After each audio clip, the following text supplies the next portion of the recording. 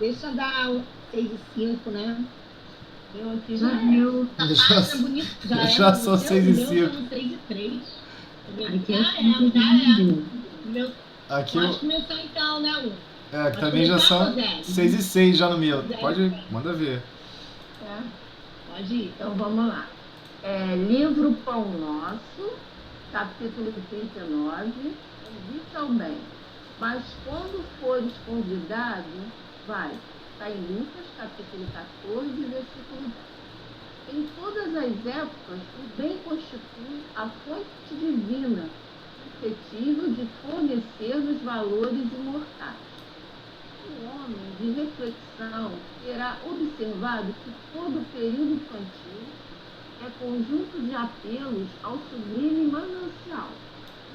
O convite sagrado é repetido anos a fio, vem através dos amorosos pais humanos, os professores escolares, da leitura salutar, do sentimento religioso, dos amigos comuns. Entretanto, raras inteligências atingem a juventude de atenção pública do chamamento elevado. Quase toda a gente ouve as requisições da natureza. Pode subir um pouquinho, então, já que eu estou olhando pelo celular. Ok, foi? Conseguiu? Agora consegui, agora deixa eu ver aonde eu estava. Ah, tá. Quase toda gente ouve quase toda gente ouve as requisições da natureza inferior, olvidando, descuidando deveres preciosos. Os apelos, todavia, continuam. Aqui é um livro amigo, revelando a verdade em silêncio. Ali um companheiro generoso que insiste em favor das realidades luminosas da vida. A rebeldia, porém, ainda mesmo em plena madureza do homem, costuma rir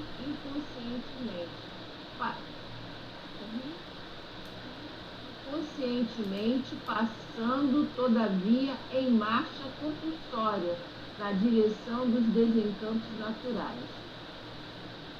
Foi muito equilibrado os pensamentos. No Evangelho de Jesus, o convite ao bem reveste de claridades eternas.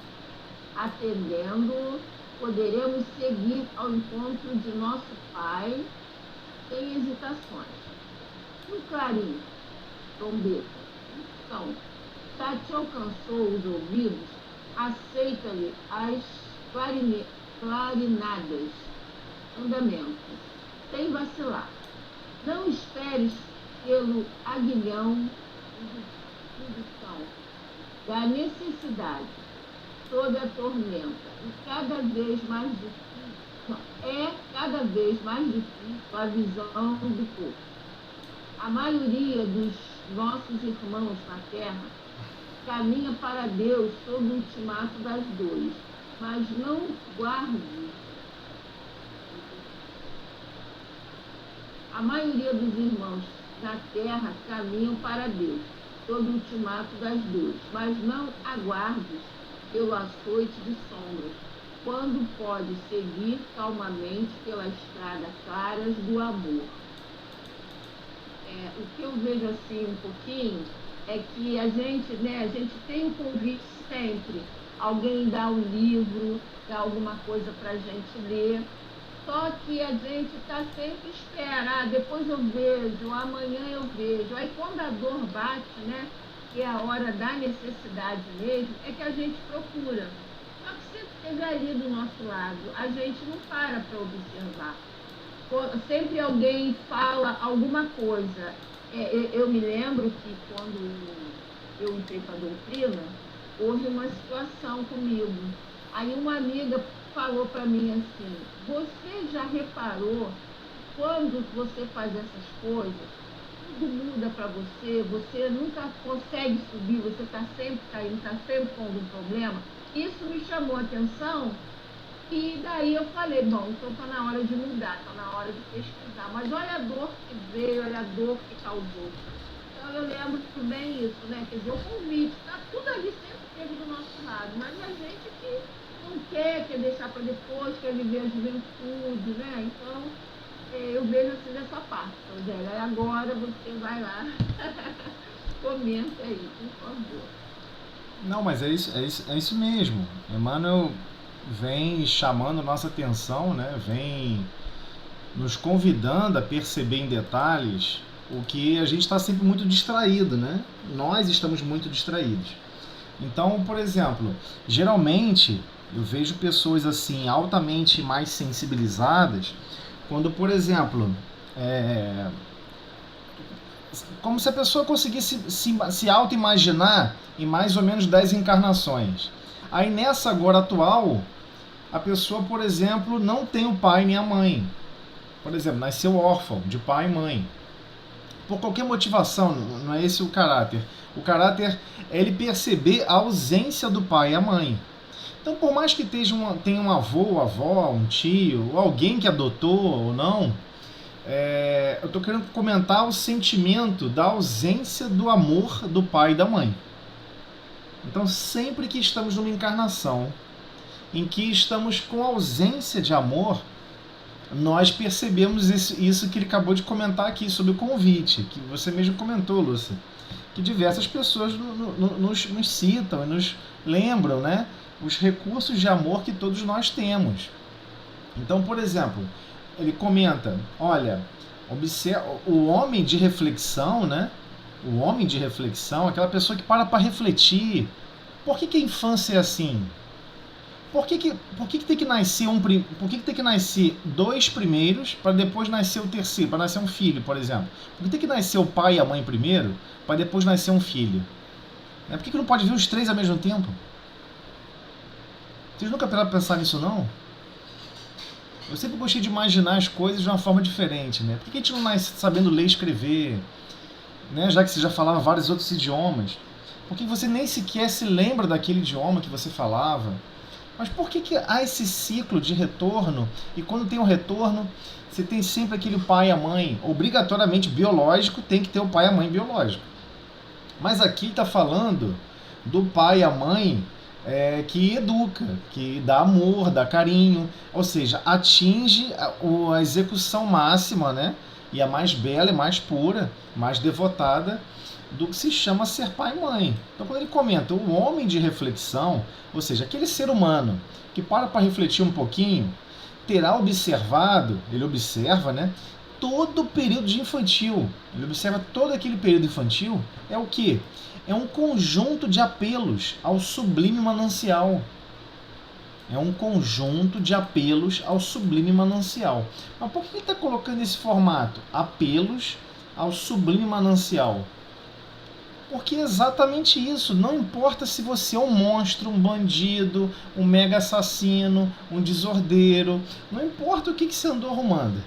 Mas Deus sempre vai mostrar para você, olha, presta atenção, porque não importa o que você faça, você tem condições, e por vezes tem condições, né, de ter ter acesso a esse novo manancial. Ah, mas é só um pouquinho, é tão curtinho. Eu ainda fico carente de mais amor. Sim, mas é só um apelo. É só um apelo. Deu uma apeladinha, né? Apelou um pouquinho. A divindade nos convence a desejar amar cada vez mais, nos colocando em contato com o amor. Senão não vai fazer o menor sentido. Como é que você convida... vou fazer o seguinte, vou convidar você para uma festa. Primeira coisa que você vai perguntar, quem vai estar lá? É festa do quê? É a caráter? É festa fantasia? A gente não pergunta isso também? Porque se você pergunta se é festa fantasia, é porque você já foi em uma. Então você conhece a festa fantasia. Então Deus, na sua infinita bondade, infinita misericórdia, nos educa a partir de traços, de aspectos, um pouquinho de amor. Nós temos ali o contato de um pouquinho de amor. Por isso que ele jogou a ideia de um conjunto, né? Um conjunto de apelos ao sublime manancial. A criança é protegida, ela não tem que ficar sob pressão, ela não deve trabalhar. Nós já conhecemos bastante os direitos da infância e da juventude, mas em especial ainda na infância mais mais tenra, os cuidados são máximos. A mãe e o pai se desvelam em amor e carinho. Eu tô comentando aqui mãe e pais ótimos, né? Super bem intencionados, super predispostos a amar e tal. Então, esse período sendo de extremo contato de amor ou de uma pequena parcela de amor, já é um apelo desse sublime manancial. Manancial que vai o quê? Nós estamos sedentos. É como se esse manancial é como se fosse o seguinte: a gente está caminhando no deserto. Nossos corações, e a maioria com que a gente convive à nossa volta, durante muitas encarnações, possui o coração igual um deserto. O campo dos sentimentos é totalmente sem nenhum recurso de vida. Nada floresce, nada produz. Então, quando surge aquele manancial, a gente grava, aquilo marca o espírito. E todo espírito, ao reencarnar, passa por esse manancial. Então é nesse sentido que ele está falando. É um apelo, né? Olha, você vai ter um contato com um pouquinho dessa água, desse manancial. Então, como não, né? E tem pessoas que ficam lembrando: puxa vida, como foi boa a minha infância, puxa vida, que saudade da infância. Tem até crianças que falam assim: eu não quero ficar adulto não, eu quero ficar criança para sempre. Mas é um sentimento, um pensamento extremamente importante, que por vezes os pais deixam passar despercebido e podiam enfatizar: olha, tá vendo? Isso que você está sentindo falta, isso que você está tanto elogiando e reconhecendo, é um convite divino. Porque todo bem que aqui se aflora não é simplesmente pelos nossos corações, né, guiados por nossa própria conduta. É por estímulos divinos. Então, isso é outra coisa difícil de a gente entender. Da mesma forma que pessoas que não têm certo conhecimento possam ser intuídas a ter uma certa predisposição a se alavancar em certas áreas do conhecimento, né? Igualmente com relação ao campo dos sentimentos. Não é à toa que o espírito guia, ou o anjo da guarda, ou como queiramos chamar, está sempre nos nutrindo de novos pensamentos, novos sentimentos. Olha, você está sentindo e compreendendo o fenômeno que você está vivendo errado. Pensa assim, sente assim. E na hora da prece, há toda uma comoção, há toda uma inversão, às vezes, de valores que foram animados durante a noite, né? Vamos supor, a pessoa foi dormir zangado, brigou. No dia seguinte, acordou sem estar zangado. Ué, o que aconteceu fora do corpo físico? Porque tem pessoas que se zangam de manhã e chega à noite e está mais zangada ainda. Então não foi só por causa do tempo, né? 8, 10 horas não muda isso. Mas pode ter certeza que fora do corpo físico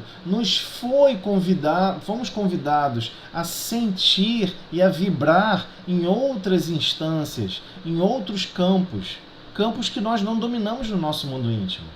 E assim vamos assimilando por constrangimentos.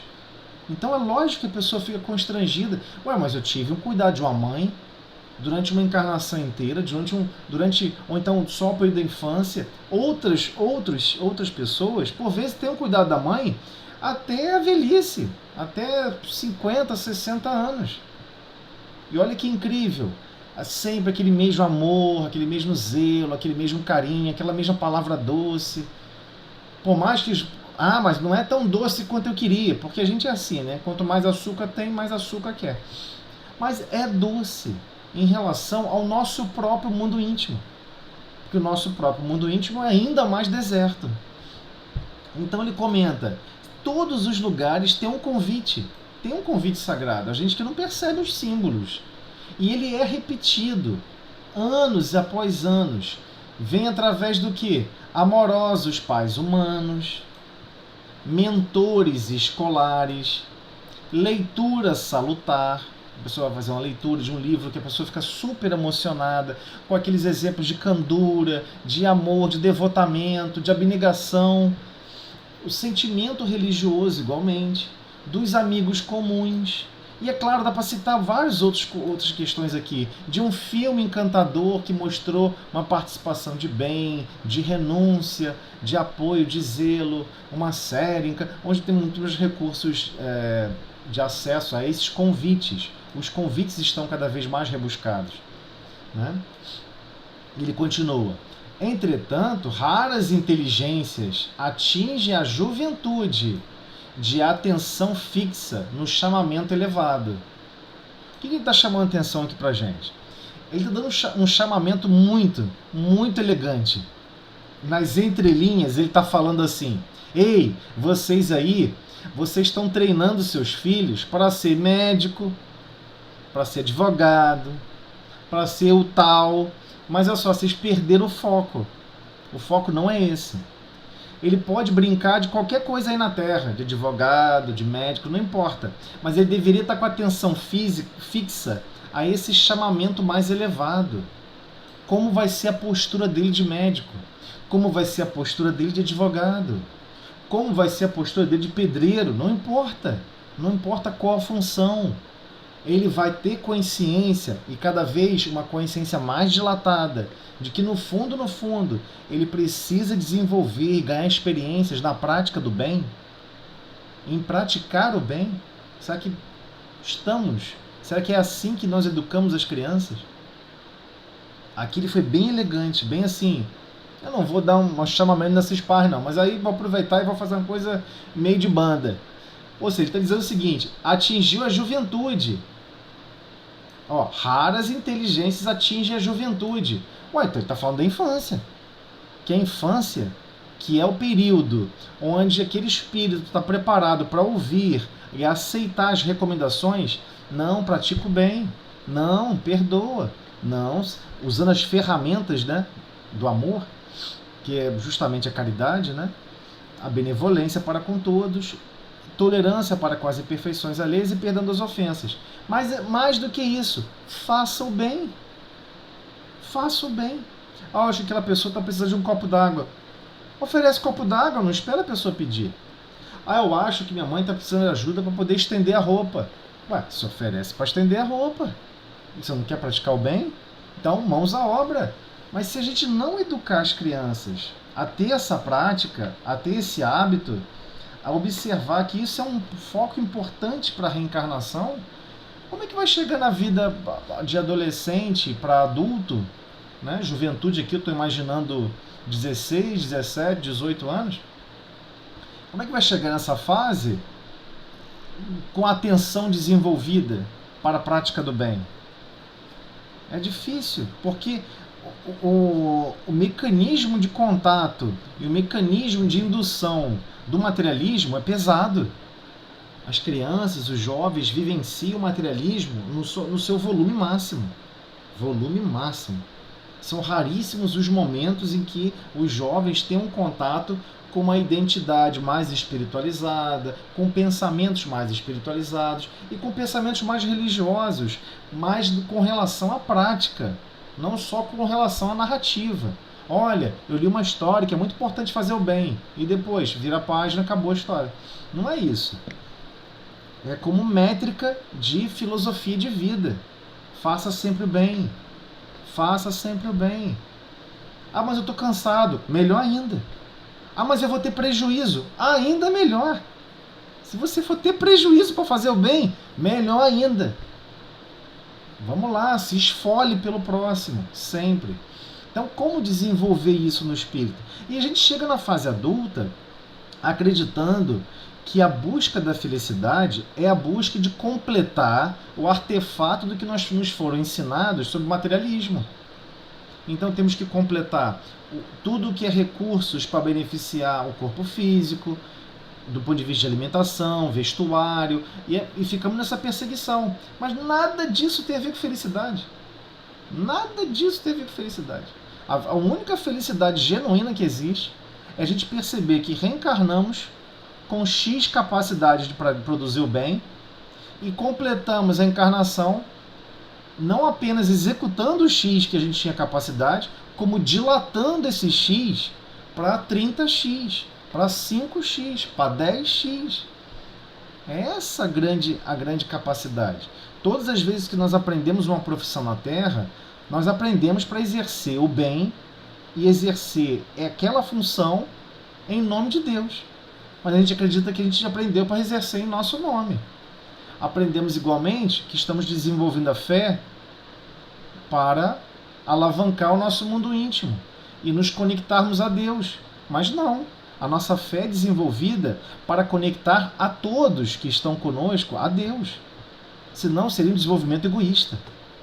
Não existe lógica que se perpetue com a verdade relacionada com o egoísmo. Não tem sentido físico isso. Nem a fé. O ato de você confiar plenamente em Deus. Deus irá criar mecanismos para me transformar. Até mesmo a fé. Até mesmo essa muito mais do que confiança. Esse relacionamento de fidelidade. Eu tenho fidelidade para com Deus e Deus tem fidelidade para comigo. Eu tenho certeza que Ele quer o meu melhor sempre. E eu sei que o melhor é assim. Sim, pois não. Então, você estava falando, eu estava aqui analisando a minha vida, né? Indo lá na minha infância. E bom seria, né? Que todos nós pudéssemos, já desde pequenos, né? Desde pequenininhos, onde começa mesmo, né? A introdução desses valores nas nossas vidas, né?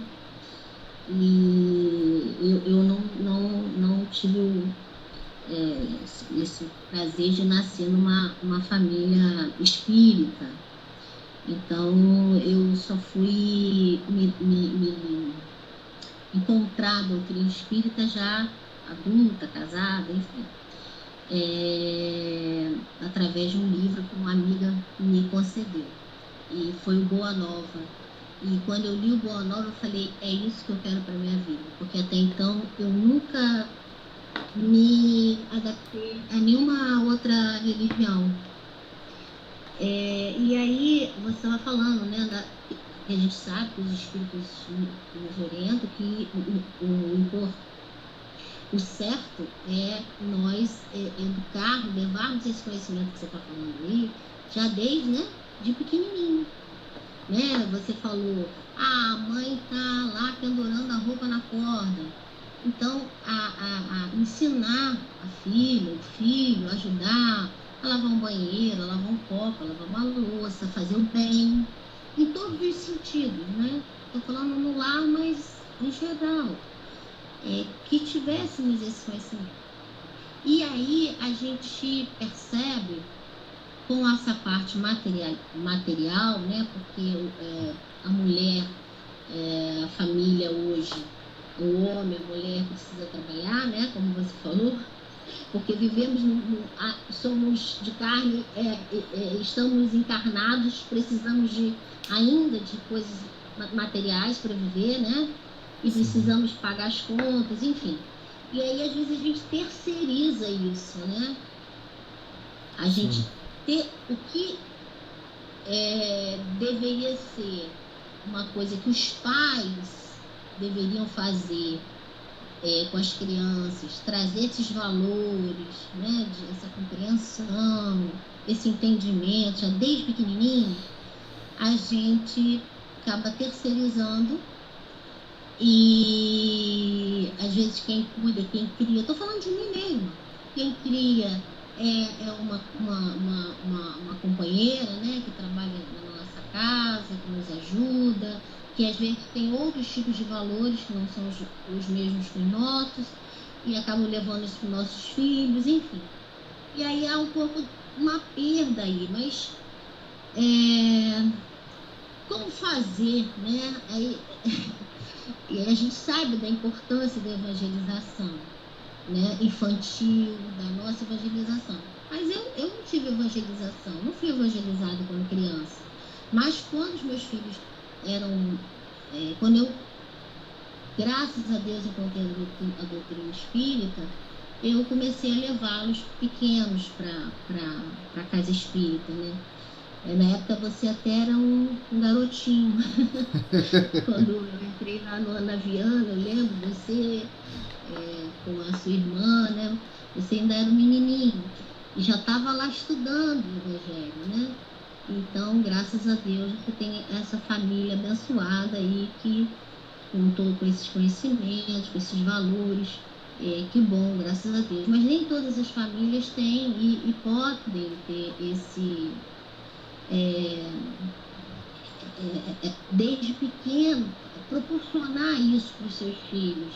E porque às vezes os próprios pais nem tiveram isso também, né? E aí cai nessa questão desse materialismo acerbado, né? De querer que o filho faça medicina, advogado, e ganhe fortuna, enfim, que seja bem sucedido só na parte material. E aí a gente esquece, o que você falou, isso não vai trazer a felicidade, né? Não Não traz. vai, realmente não vai, a felicidade não é isso. Não é. Mas a gente, eu só estou querendo lembrar aqui, é da evangelização mesmo infantil, né? Que é tão bom.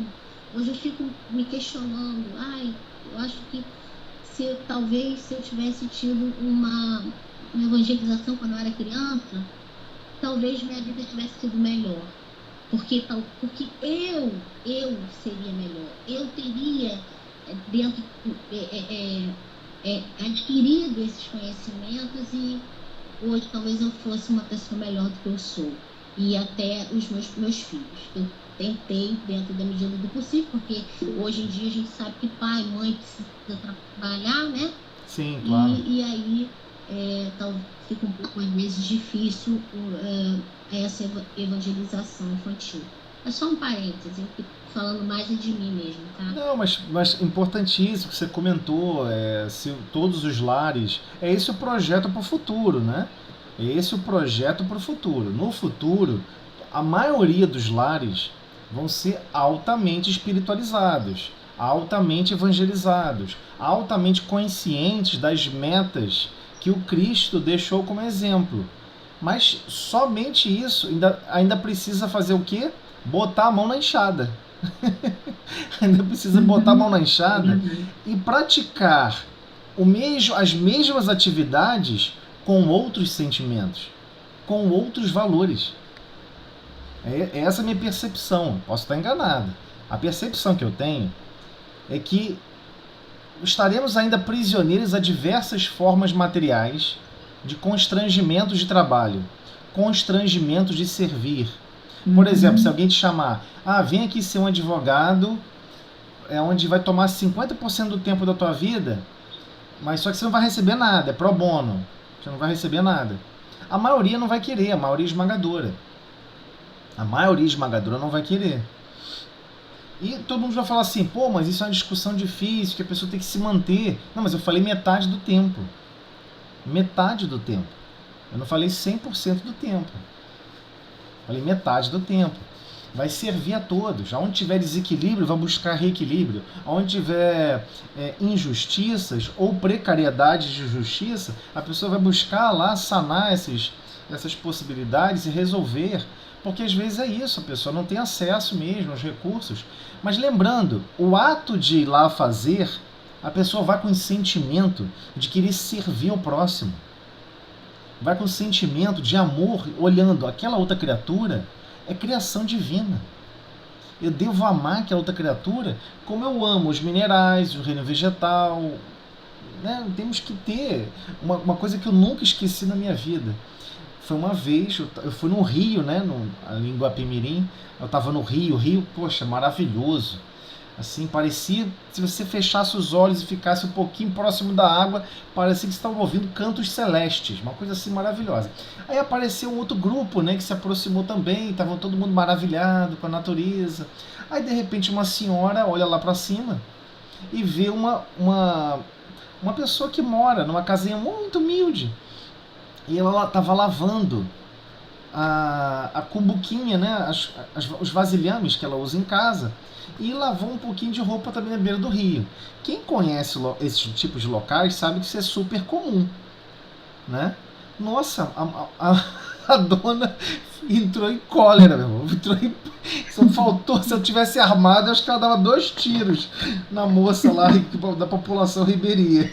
Aí você fica pensando, ué, mas ela não está em contato, né? Não está mergulhada 100% no amor divino, nessa natureza divina? Por que ela ficou zangada? Né? Primeiro que quando eu virei as costas e olhei, eu achei que ela estava brigando com alguém. Porque eu falei, se aconteceu alguma coisa, né? Alguém, sei lá, né? Jogou uma pedra em alguém, o que aconteceu? Começou uma briga, do nada ela começou a gritar, xingando lá a moça lá, que estava aquela senhora, uma senhorinha, bem idosa, cuidando ali. Ela vivia uma casinha bem simples, sem energia elétrica, sem nada, a casa não tinha nada, nem geladeira. É o tipo padrão de casa que eu adoro. É o tipo padrão de casa que eu adoro, é uma cabana, tem nada. E ali você vai exercer o máximo das suas potencialidades. Porque, na verdade, a maioria de nós vivenciamos a vida material na cidade igual do Império Romano. Eu chutaria até que a maioria toma café da manhã, almoça e janta similar a grandes imperadores. Fartança de frutas, legumes, diversas pessoas para servir. Mas não estou falando que isso é ruim, não. Eu estou falando que isso altera a percepção dos nossos objetivos. A gente perde a atenção. Qual é o meu objetivo? Ué, você ficou naquele oásis, você acha que seu objetivo é ficar no oásis. Não é sair por aí caçando problema, arrumando confusão para tentar servir ao bem. Ou seja, qual deveria ter sido a melhor resposta dessa senhora no Rio? Ué, bater lá na casa da senhora, tá precisando de alguma coisa, vim aqui te ajudar. Precisa também de ajuda para lavar com buquinha? Eu lavo para a senhora, não precisa agachar aqui não. Não, ela ficou zangada porque achou que a água estava sendo contaminada, a água que ela queria tomar banho, porque ela queria um rio só para ela. É esse o sentimento dominante.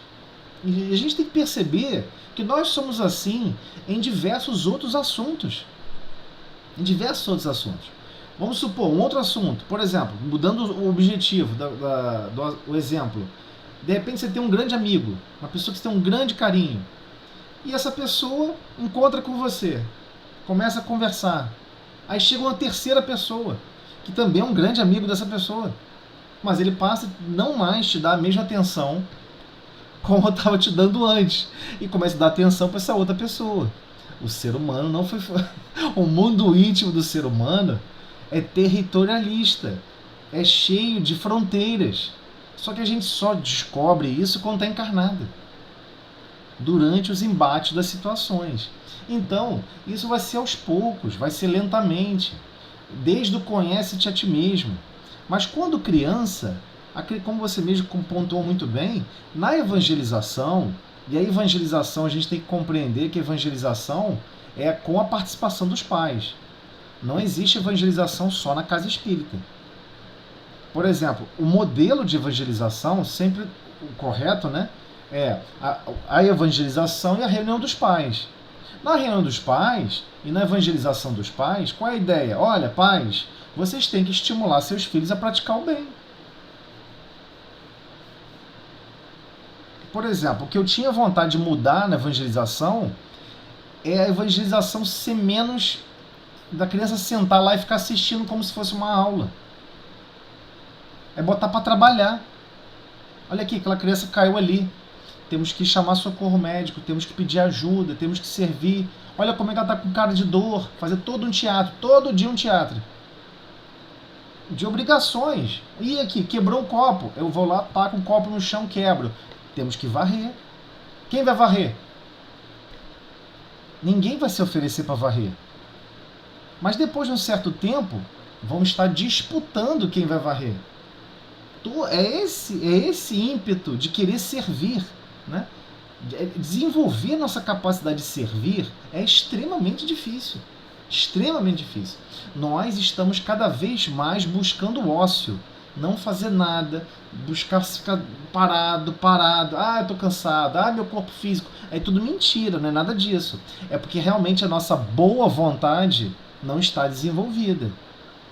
Bota 5% de boa vontade no coração, a pessoa escala o Monte Everest. A pessoa escala o Monte Everest. Ou seja, vai ficar os últimos 1 quilômetro lá, numa região chamada Zona da Morte. A quantidade de oxigênio na montanha é menor do que a sua capacidade de respirar. Então, é chocante como é difícil desenvolver a boa vontade em cada um de nós. Então, assim, como você mesmo comentou, Luciane, a evangelização é importantíssima. Claro, binário, focando na criança e nos pais. Olha, em casa, estimula ela a perdoar, estimula ela a tolerar e estimula ela a praticar o bem, né? Benevolência, tolerância e perdão. Mas a parte da benevolência é fazer o bem sem ganhar nada em troca. Eu vou arrumar o meu quarto. Você me dá 10 reais para arrumar meu quarto? 10 reais? Eu tô deixando você ter o privilégio de dormir nesse quarto. Mas como assim? Ué, abre a porta e bota para fora. Dorme aí na fora, na varanda. Tem cachorro que dorme na varanda, por que você não pode dormir? Ele é melhor do que você? Aí a pessoa toma um susto, né? Eu já fiz isso com minhas filhas. Quando quiseram me enfrentar uma vez aqui brigando, eu falei, tá bom, tu dorme lá de fora. Lá de fora é tranquilo. Temos que compreender isso. Nós trazemos um volume gigantesco de experiências aqui na Terra que não tem nada a ver com os reais objetivos. É como se estivesse cursando uma grande universidade, repetimos milhares de matérias em diversos subassuntos e a gente até esquece qual é o curso mesmo que eu estou cursando. A pessoa nem ela sabe qual é o objetivo para se formar.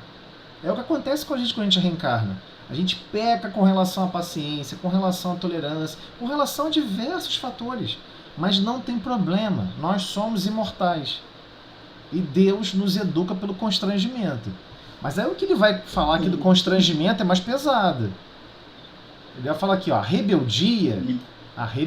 Então ele fala, tem um livro amigo. Mas eu não fui espírita. Eu nunca me liguei muito essa parte moral. Mas você buscou alguma vez se aprimorar em relação aos campos da sua própria existência? Você buscou, sei lá, os versos de Pitágoras? Existem outras fontes morais que as pessoas aceitam mais. Talvez seja esse o caminho. Porque o espírito às vezes está naquela condição altamente, sabe, duro, inflexível, não aceita nada.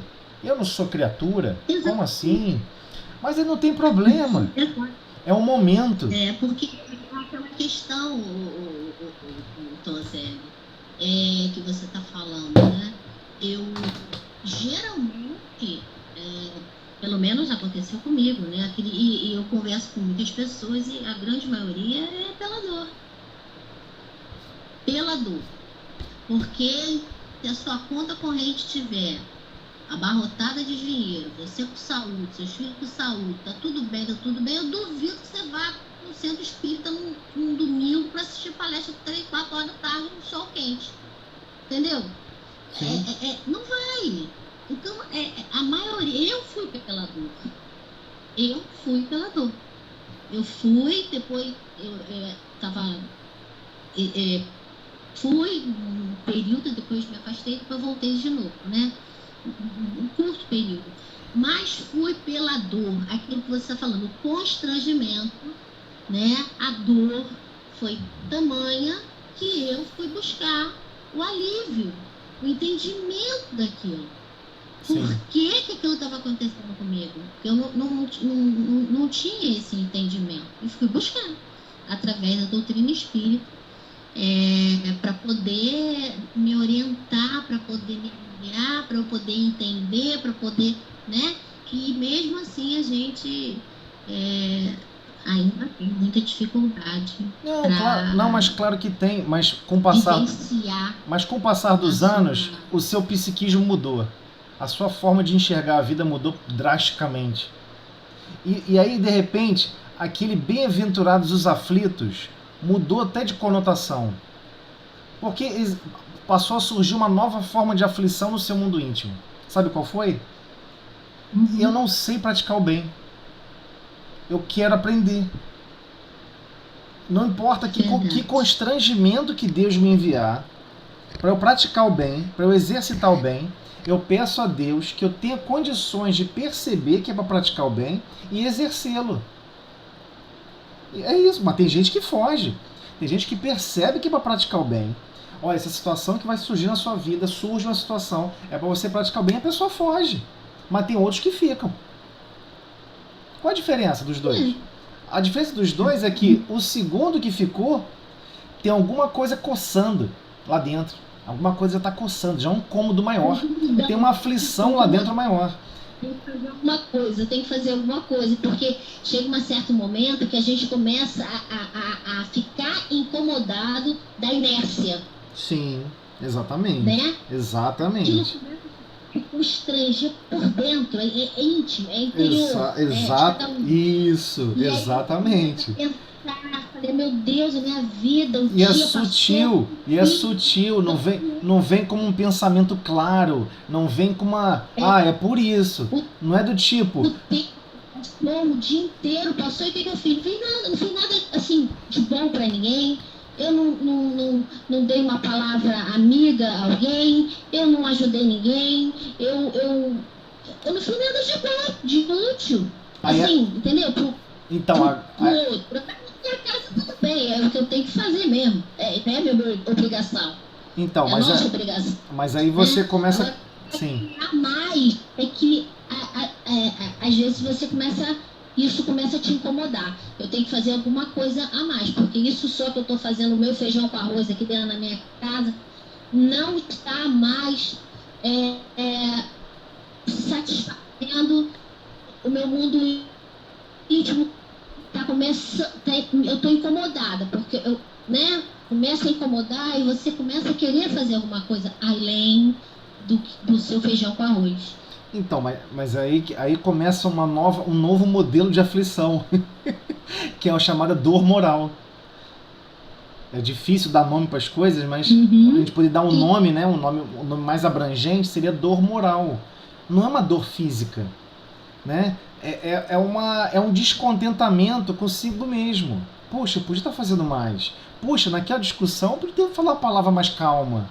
Puxa, naquela outra situação que eu convivi, que eu vivi, eu podia ter feito podia ter contornado de outra maneira. A solução seria mais elegante, seria mais parecida com o que o Cristo poderia estar buscando e falando, se estivesse no meu lugar. Então, a gente começa a se policiar nesse sentido. E não se engane, essa é a maior de todas as aflições. Não tem aflição maior. Existe algo que é difícil de ouvir, difícil de aceitar. Eu vou falar aqui, mas acho que a maioria não vai concordar e não vai aceitar. 90% das pessoas quando desencarnam, 90%, quando desencarnam, demora muito tempo para ganhar consciência, aquele despertar realmente, consciência plena. Não tem a ver só com relação ao grau de materialidade, não. Por vezes, a espiritualidade superior coloca a pessoa numa condição em que ela vai ver um flashback da vida inteira. Ela vai rever, mas vivenciando, como se ela estivesse vivenciando de novo. É um flashback de tudo que ela fez na vida. E aí ela vê, puxa, eu estava tão zangada assim naquele momento? Puxa, eu reagi tão mal assim com fulano? Não, que isso, eu não devia ter falado assim com fulano. Você começa a se autocriticar, como se aquilo fosse um personagem separado. Mas somos nós mesmos. Por quê? Por constrangimento. Para criar um constrangimento moral. Eu sei que é difícil, mas a gente tem que começar a buscar esse sentimento de constrangimento moral todos os dias. Aconteceu um evento durante o meu dia. Por que eu falei isso pro fulano? Por que eu agi assim? Eu podia ter falado com mais carinho, com mais afabilidade, com mais doçura, com mais interesse, que se reinasse ali o bem, do que a minha concepção de justiça, a minha concepção de verdade. Então, é muito complicado, porque é muito sutil, é altamente subjetivo para todos nós. Esse é o grande problema. E ele comenta sobre isso com relação à rebeldia.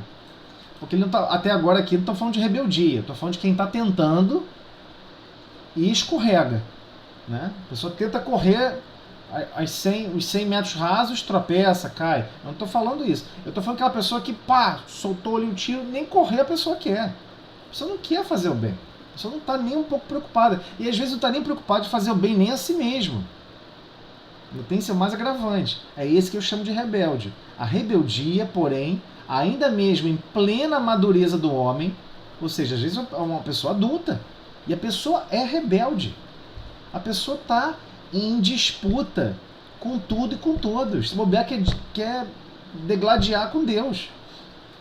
Costuma rir inconscientemente, quase que um deboche, passando, todavia, em marcha compulsória na direção dos desencantos naturais, que lhe impõem mais equilibrados pensamentos. Então, o que ele está fazendo? Ele está com contrariedade. A rebeldia aqui está mostrando. Tem pessoas que não é que a pessoa não quer fazer o bem. A pessoa não quer fazer o bem, debocha, ri e, se bobear, faz de tudo para sua volta para tudo pegar fogo. É a rebeldia. Aqui está falando da rebeldia. Mas o que vai acontecer? Nós somos herdeiros dos nossos atos. Deus vai chamar depois para a gente reconstruir, reequilibrar tudo que nós desequilibramos, que é o mais natural. Você derrubou um muro que tinha 1000 tijolos, poxa, agora vamos lá, né? Reconstrói o muro. Poxa, mas vou ter que botar tijolo por tijolo? Ué, mas não é o certo? Não é o mais correto? Então, o que ele fala sobre o Evangelho de Jesus? No Evangelho de Jesus, e por que ele dá atribuição de Jesus? Por que ele está falando de Jesus? Porque o Evangelho é de Deus. Ele está falando o Evangelho exemplificado por Jesus. O Evangelho, essa boa notícia, exemplificada por Jesus. Por que exemplificado? Porque Jesus completou a lei. Lei de justiça, amor e caridade. Esse complemento, amor e caridade, não havia surgido na Terra. Só havia justiça, que é a pedra basilar, que se expressa no Velho Testamento, através dos 10 mandamentos. Ali é o suprassumo das regras mínimas de convivência, né, sociais de irmãos do mesmo pai. As regras mínimas das mínimas. Então, esse Evangelho de Jesus, por que se caracterizou como de Jesus? Porque ele deu o exemplo do máximo de bondade, do máximo de bem, do máximo de amor e do máximo de caridade. Então, esse Evangelho de Jesus, o convite ao bem, reveste-se de claridades eternas. Então, não importa a época, se é daqui a 30 mil anos, se é daqui a 2 mil anos, se é daqui a mais 5 mil anos, não importa qual faixa de ciclo estamos vivenciando nos arcabouços aqui do planeta. Todas as vezes que buscarmos esses recursos, são claridades. Vai clarear a nossa percepção, vai clarear a nossa consciência, vai clarear a nossa forma de sentir a vida, a nossa forma de sentir Deus. Porque fazemos parte da criação, né? Atendendo esse Evangelho, atendendo essa prática do bem que Jesus ensinou, poderemos seguir ao encontro do nosso Pai, sem hesitações. O problema é que a gente hesita. Puxa, eu queria tanto pescar, eu queria tanto, fazer tal coisa, eu vou ter que fazer isso assim, sensado por Beltrano. Eu vou lá na casa de Beltrano, ele vai me chamar para pedir ajuda, vai me contar um monte de tristeza. Mas cadê você com a palavra amiga? Você disse que ia amparar, você disse que ia praticar o bem, mas a pessoa só quer desabafar e ouvir uma palavra de incentivo, uma palavra de reconforto e até mesmo de estímulo e de esperança. Então a prática do bem demanda-se de nós. E esse clarim, né, essa trombeta, se o clarim do cristão, né, se o clarim cristão já alcançou os nossos ouvidos, e já alcançou, aceita-lhes as clarinadas, né, que dá aquele ritmo, né, que compõe o andamento, sem vacilar. Então vai ter horas que vai ser demandado da gente extremos sacrifícios. Vai ser hora que vai ser demandado da gente extremos doações para terceiros. E vamos ter que estar preparados para quando o andamento da música apertar, né? Como Jesus deu o exemplo. Então, como o Luciane comentou, né, diversas pessoas começam a perceber isso pelo sofrimento, pelas dores. Não esperes pelo aguilhão, né? Pela essa indução de sofrimento. Aguilhão também pode ser espora, né? Por exemplo, como você faz um cavalo correr muito? Você vai lá e bota a espora na barriga do cavalo, sai desesperado, desembestado. Dá-lhe chicotada, né, no animal. É uma forma de induzir ele a ter uma reação de correr. Então, igual, numa comparação não muito adequada, ele fala: não esperes pelo aguilhão, essa indução da necessidade. Da necessidade. Necessidade. Então, por vezes, a nossa cruz, o nosso histórico, nos aparece como forma de aguilhão, mas por necessidade. Não porque Deus está impondo por impor, né? A chamada vai terminar, né, Ana? Vamos fazer a nossa prece. Você aproveita e faz então, Toseli, a nossa prece. Aí eu abro outra chamada aqui. Tá bom. Você quer abrir outra chamada? Na minha? Posso abrir, sem problema. Eu abro então. Tá bom então. Vamos fazer a prece então, pra gente. Depois a gente comenta mais se for necessário. Vamos lá então. Senhor Jesus, Mestre de infinito amor e misericórdia, agradecemos, Senhor, a oportunidade de estarmos reunidos em Teu nome, buscando, Senhor, despertarmos as nossas consciências, compreendermos o que é a verdadeira razão de estarmos aqui, os verdadeiros motivos, e por vezes nos perdemos olhando para as pedras, olhando para o nada, distraídos. Dá-nos força, Senhor, para focarmos em treinarmos a prática do bem, em desenvolvermos as ferramentas do amor, que é a verdadeira caridade. Dai-nos força, Senhor, para prosseguirmos e perseguirmos o desenvolvimento da boa vontade e da coragem, para nos desafiarmos na prática incessante do bem em todos os momentos. Que assim seja. Então você abre aí, Toseli? Abro sim. Eu pensei que você fosse falar com esta prece. Fiquei esperando aqui. Desculpa, essa prece pedindo permissão para iniciar o estudo. Que assim É seja. atrapalhadinho. Não, tudo bem. Eu fiquei aqui em silêncio, de olho fechado. Tudo bem. É o vício. Então eu vou fechar então e mando o link de novo, tá bom? Tá. Ok.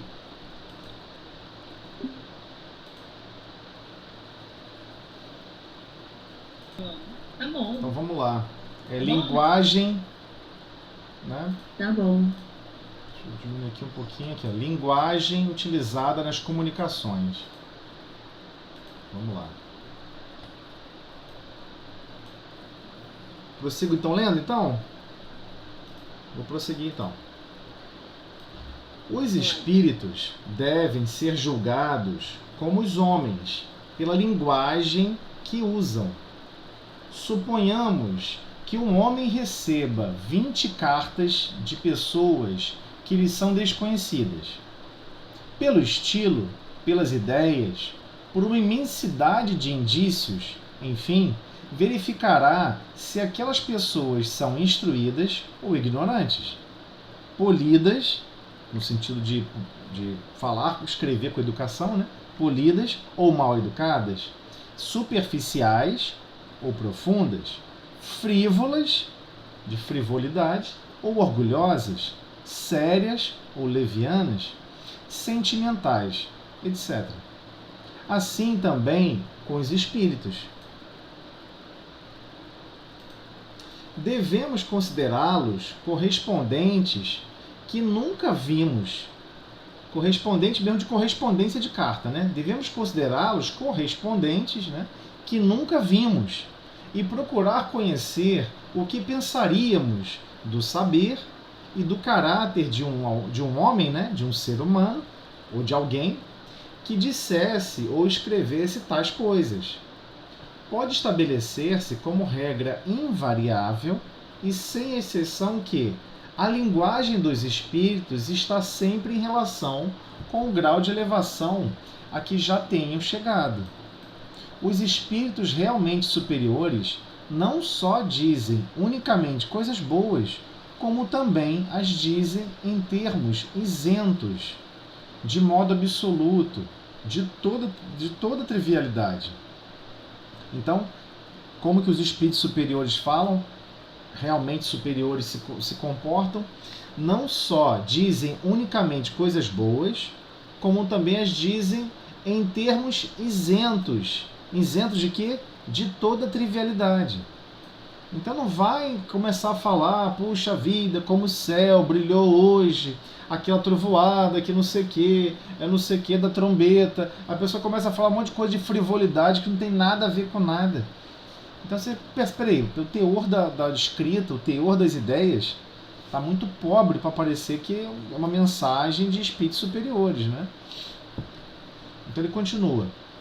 Por melhor que sejam essas coisas, se uma única expressão denotando baixeza as macula, por melhores que sejam essas coisas, se uma única expressão denotando baixeza as macula, isso constitui um sinal indubitável de inferioridade.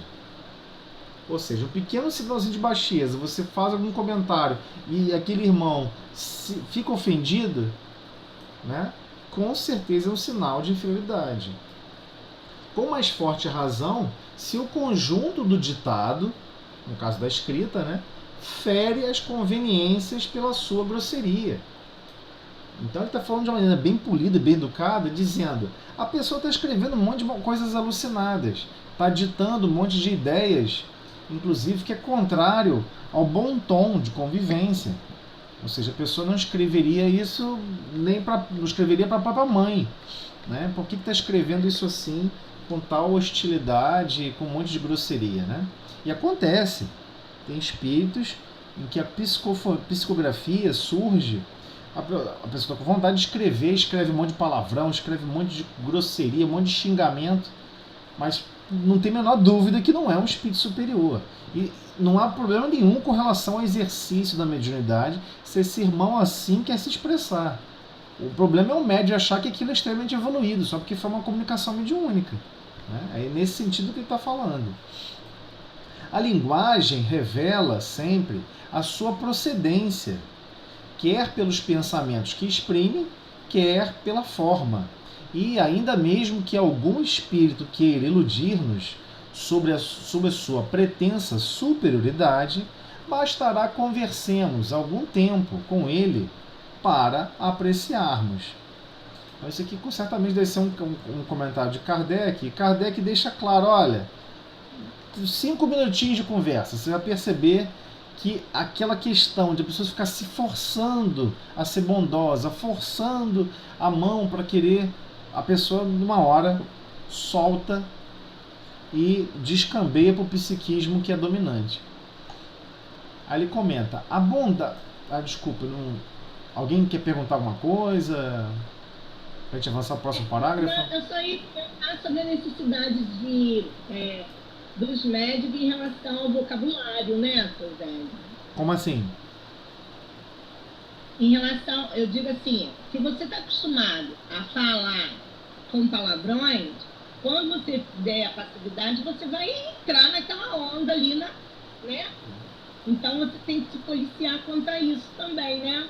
Mas pode ocorrer de pessoas que não têm o hábito de falar palavrões e a imersão psíquica for tão profunda, porque a comunicação ocorre mente a mente, a tal ponto do grau, dependendo do grau de percepção de cada médium, né?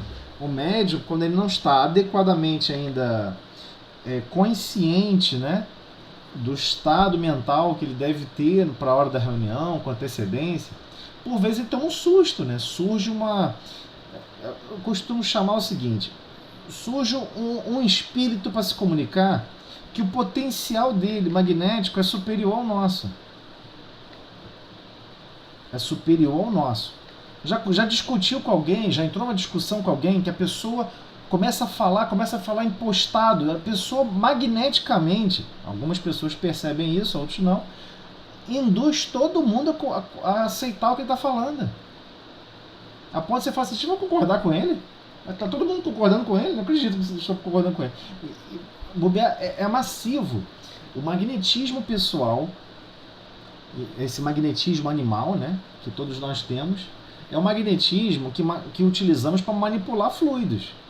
Então, aquele irmão que está se comunicando, mesmo numa condição altamente restritiva, que é a comunicação mediúnica na casa espírita, ele está se comunicando em uma condição restritiva. Boa parte desse potencial está sendo restrito. E mesmo assim, ele consegue impor uma vontade maior do que a própria vontade do médium. Então o médium precisa perceber que ele não é uma... Por exemplo, algumas pessoas associam que o médium é como se fosse uma caixa de som, que replica o que está sendo pensado, replica o que está sendo falado. Isso não é totalmente verdade, ele traduz. O médium traduz. Né? Traduz aquele conjunto de informações que vem envelopado com um monte de sentimentos. E pode escapulir sim, o médium pode acabar xingando, eu já testemunhei isso várias vezes em mesa mediúnica, acho que a maioria que também já viu isso. Não é novidade. Então o que todo mundo se questiona isso é o que? É desequilíbrio do médium? 99% não, é muito mais desequilíbrio de quem está se comunicando. É igual você, vou dar um exemplo melhor, é igual imaginar que você vai subir num cavalo selvagem e você vai dominá-lo com a sua superioridade moral. Entendeu? Não é assim que acontece. Então, por mais que tenha lá toda a espécie superior abafando, restringindo, alguma coisa tem que ficar para a pessoa se expressar. E ele às vezes o espírito desencarnado só quer se expressar assim. Mas tem coisas que ele não está autorizado a falar. E tem coisas que ele está autorizado a falar. Então, nós temos que começar a perceber o seguinte. Fazer uma pergunta interior mais profunda. Ver um médium xingando nos escandaliza? Ver alguém xingando fora do corpo físico nos escandaliza? Ver alguém psicografando um palavrão, não sei o que, nos escandaliza? Não deveria. Não deveria. Senão a gente começa a querer classificar que tipo de assistência deve ou não ocorrer para certos grupamentos. Se a escola é superior, se o próprio Cristo concluiu que era o momento dele de estar entrando em comunicação através da mediunidade para reestruturar o psiquismo dele, para reestruturar o equilíbrio mental, porque às vezes a pessoa está dementada, o espírito desencarnado está fora da sua base fundamental de equilíbrio psíquico. Por exemplo, se alguém tiver com, sei lá, uma doença que afeta o cérebro, e a pessoa começa a xingar as coisas, chutar, bater, todo mundo respeita e acha natural. Puxa vida, ele está adoentado. Logo o antibiótico vai fazer efeito, ele vai ficar bem.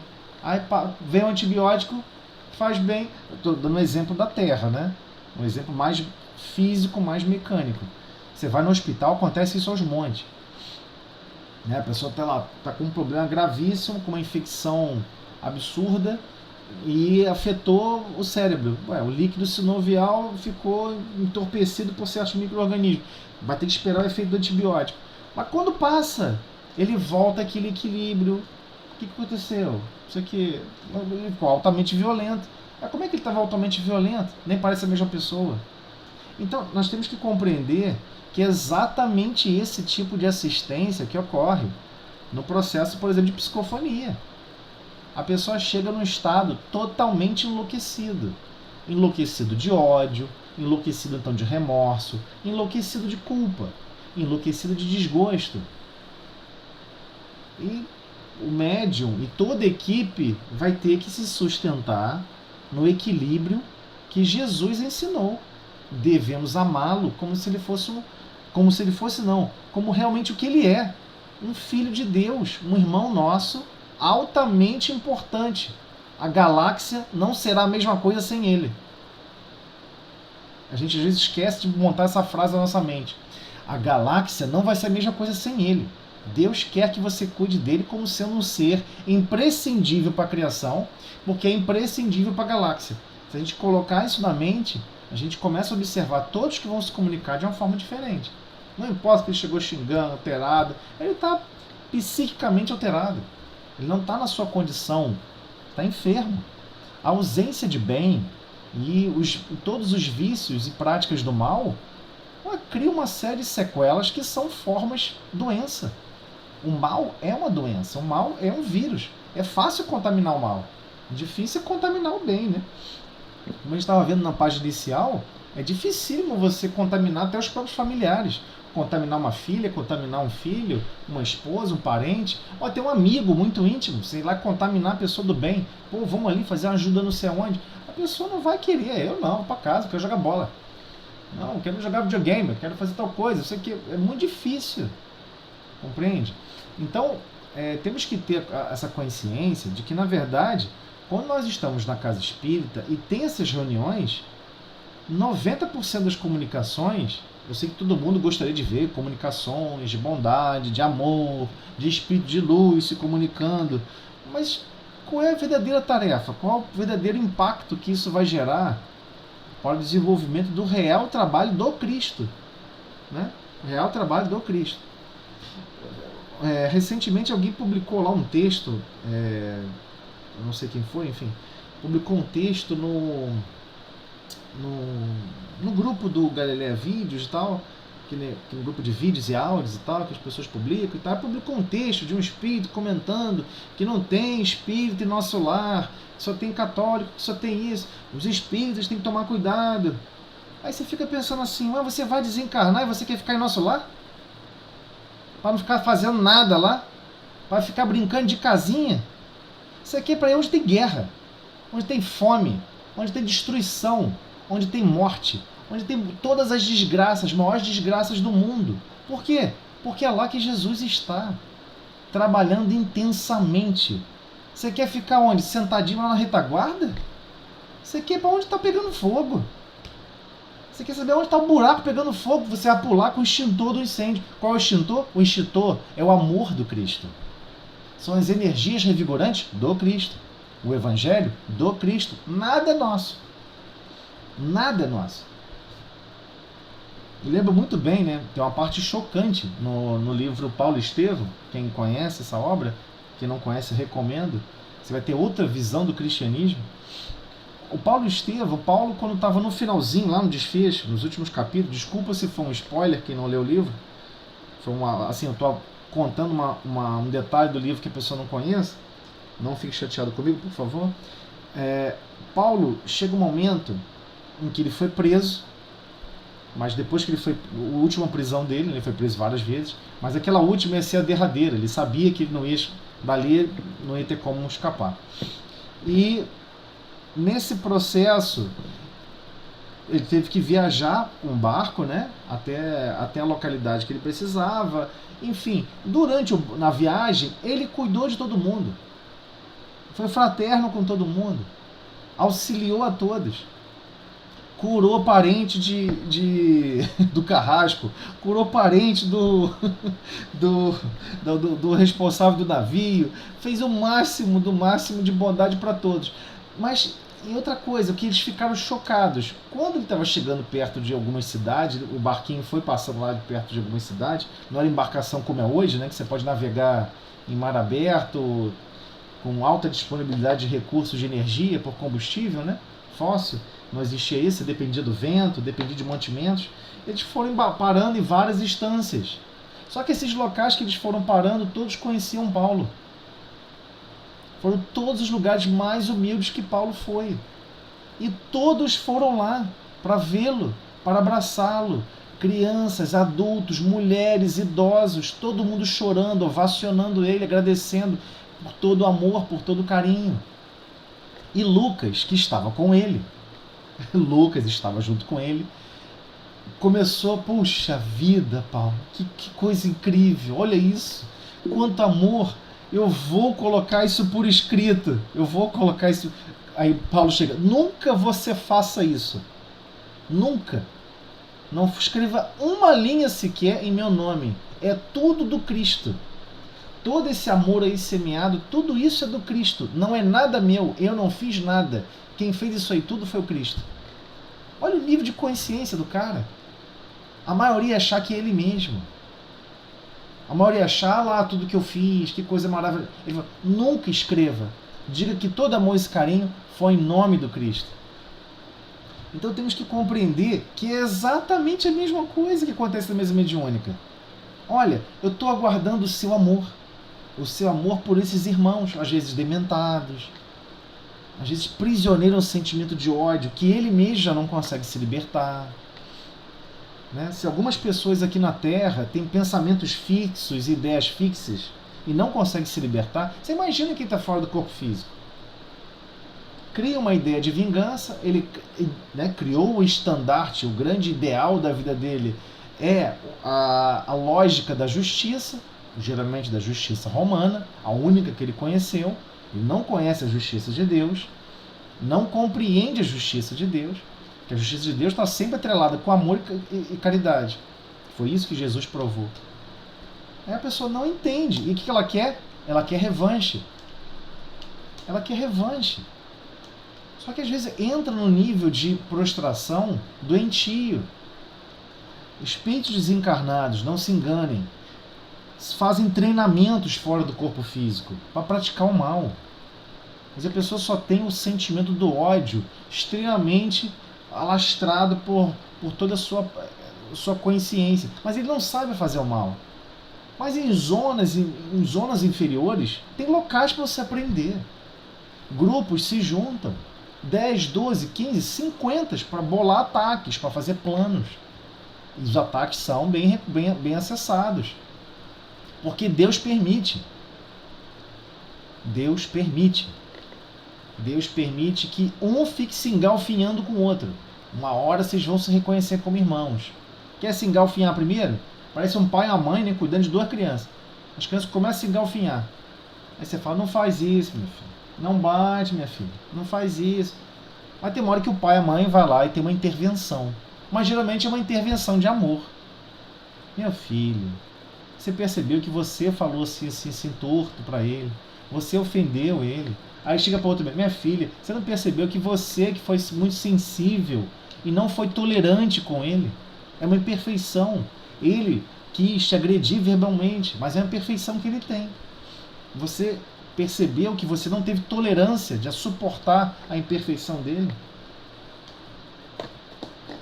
Então, você entendeu? É sutil, mas isso é o dia a dia do médium, tá? Todos somos médiuns.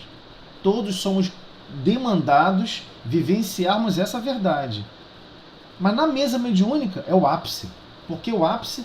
Porque você vai ver que não vai ser só suspiro de ideias para você perceber aonde está a intolerância, para você perceber aonde está o equívoco contrário à benevolência, aonde está a ausência do perdão. Não vai ser só isso.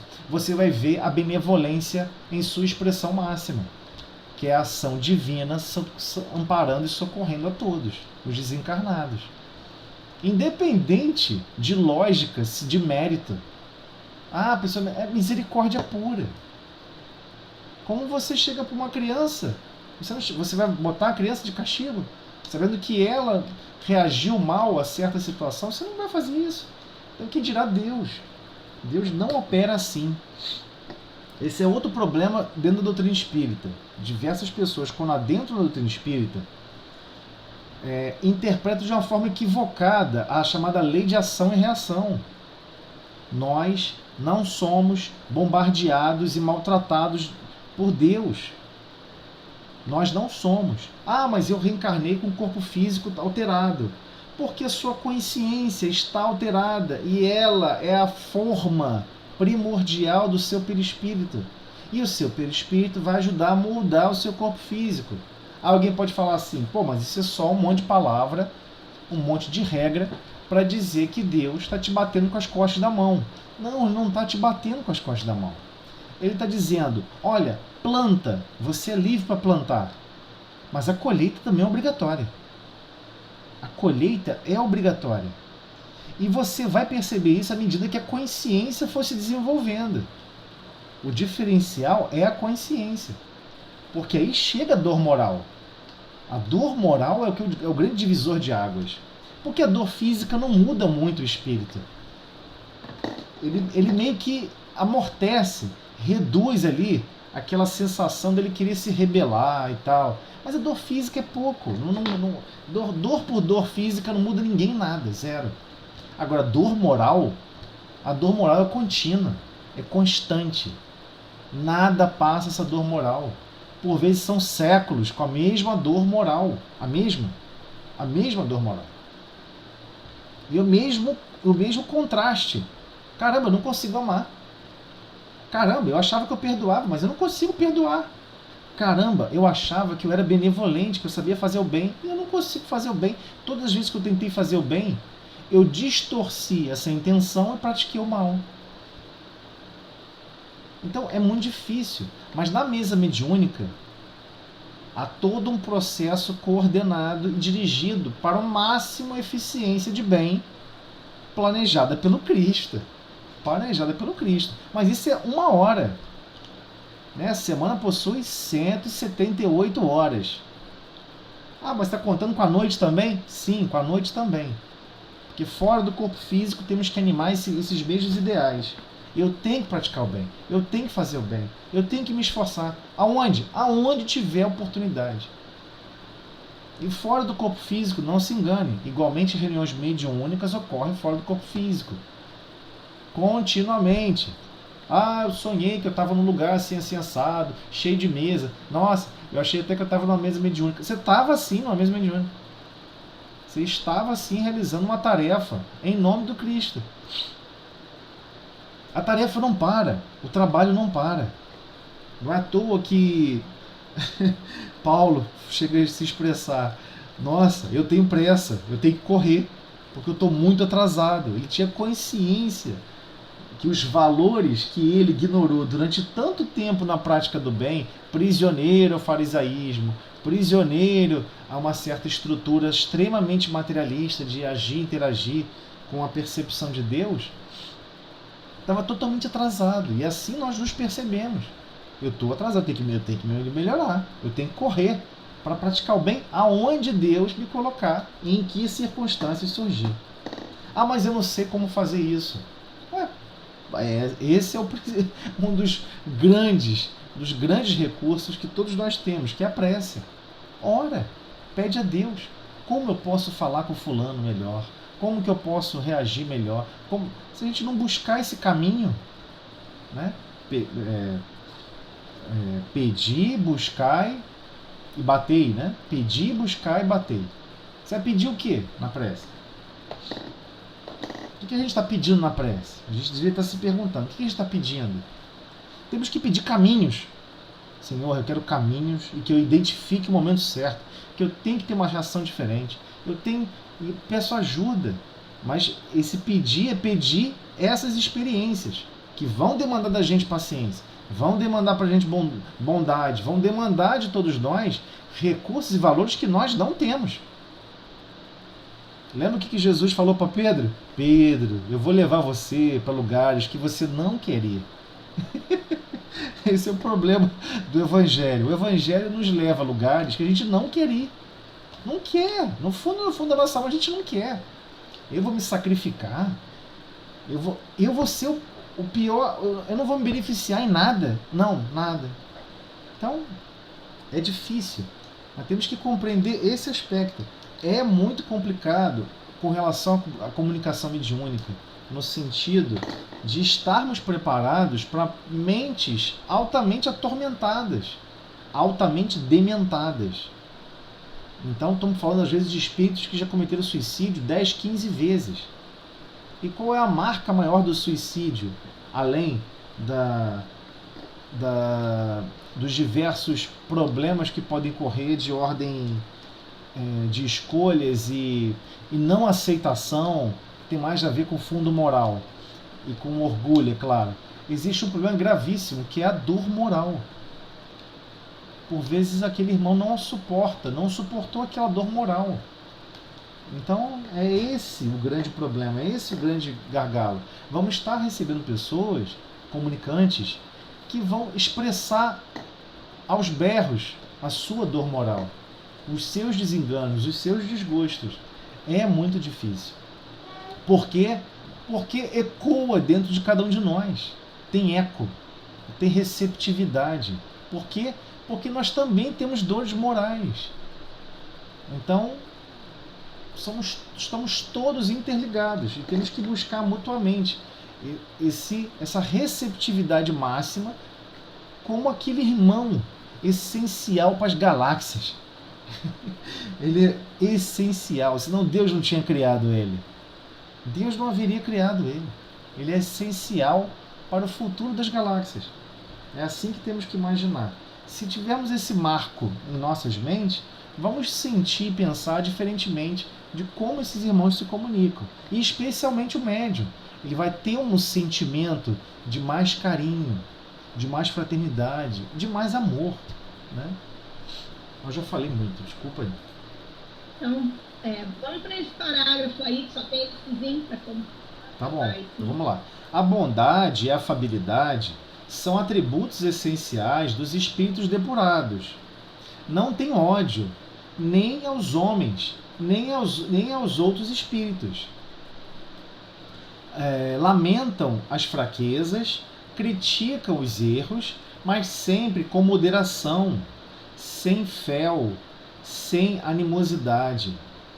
Admita-se que os espíritos verdadeiramente bons não podem querer senão o bem e dizer senão coisas boas, e se concluirá que tudo que denote, na linguagem dos espíritos, falta de bondade e de benignidade não pode prover de um bom espírito.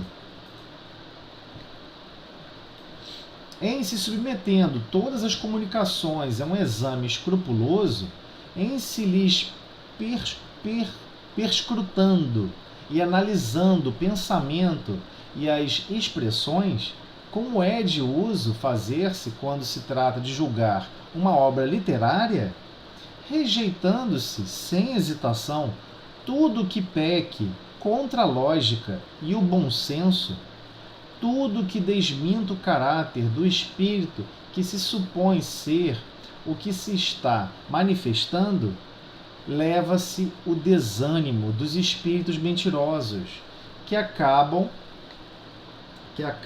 por... Desculpa. Deixa eu reposicionar aqui, desculpa. Que acabam por se retirar, uma vez fiquem bem convencidos de que não lograrão iludir. Repetimos, este meio é único, mas é infalível, porque não há comunicação má que resista a uma crítica rigorosa.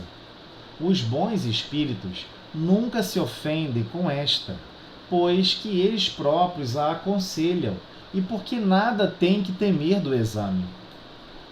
Então, Kardec deixa bem claro para todos nós que devemos analisar com muito critério a qualidade da comunicação. O que está sendo escrito igualmente, principalmente o escrito. O falado, o som depois vai embora, todo mundo esquece, mas o escrito está registrado. A palavra escrita tem um poder muito impressionante.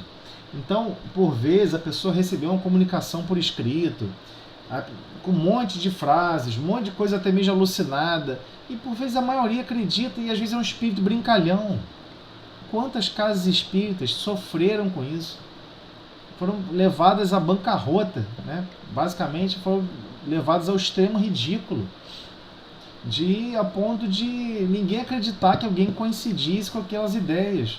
Então, só porque é uma comunicação mediúnica, não quer dizer que o grupo que está ali deva se isentar, né, de perceber a qualidade da comunicação. A qualidade da comunicação é algo importante para que todos tenham essa consciência, essa vivência, esse profundo analisar de cada detalhe. Existem algumas obras, eu não chamaria nem de espírita, eu chamei de espiritista ou espiritualista, que as pessoas têm que olhar e fazer uma análise crítica. Esse parágrafo, esse trecho, o que ele está querendo insinuar com isso? O que isso tem a ver? Por que essa forma? Por que está sendo colocado dessa maneira? Qual o objetivo disso? Isso tem alguma coisa a ver com Cristo ou não tem? Isso tem algum princípio de verdade ou não tem? E temos que, infelizmente, investigar, correr atrás. Leva para alguém então ler. Pede alguém para ler, outras pessoas que já leram, porque é difícil, é muito complicado. Então,